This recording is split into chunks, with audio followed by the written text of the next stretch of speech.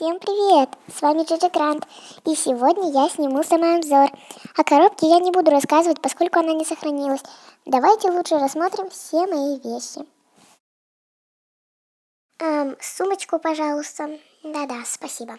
Итак, у меня есть довольно-таки удобная сумочка. Сама она прямоугольная, на ней есть золотой ремешок.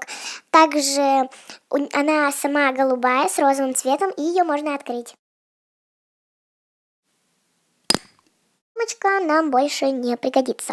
Еще у меня есть самая обычная черная подставка и черная расческа. Также у меня имеется мой дневничок и больше ничего. Поэтому, я думаю, можно рассказать обо мне. У меня довольно красивый макияж. Это голубого цвета губы, голубого цвета тени и также розовой тени. У меня коричневые брови и голубые глаза. Также у меня есть веснушки и на подбородке есть ямочка. Волосы у меня не менее красивые. Под розовым хвостиком есть золотые волосы. Сам хвостик заплетен в толстую черную резинку. Уши у меня как у какого-то эльфа.